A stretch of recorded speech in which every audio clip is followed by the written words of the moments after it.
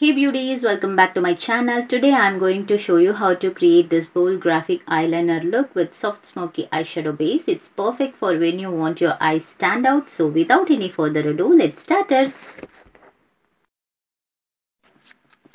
So first things first, which I have already done, we need to prep our eyelids. I'm using my favorite concealer to ensure my colors pop. Now let's move on to the eyeshadow. So for that, I'm taking a deeper shadow and focusing that on the outer corner of my eyes. Place and blend it into the crease to add some depth. And then with the same brush, I'm applying lighter brown shade and place it at the crease and blend both shades seamlessly. This is going to be our transition. And then with the help of fluffy brush, I'm softening edges without any harsh lines. To adding a bit of brightness, I am adding a light shimmery shade to my eyes. This will give the look a bit more dimension and make your eyes pop. Just tap it with your fingers or a flat brush. And finally, step into the fun part is graphic liner. It's completely normal to make mistakes while applying eyeliner, especially when trying to create a graphic liner. I tell you how to fix it.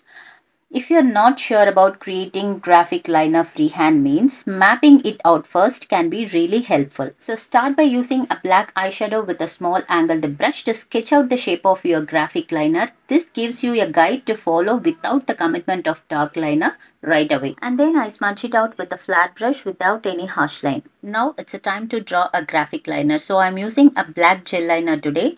Starting from the outer corner, I'm drawing a line towards my brow.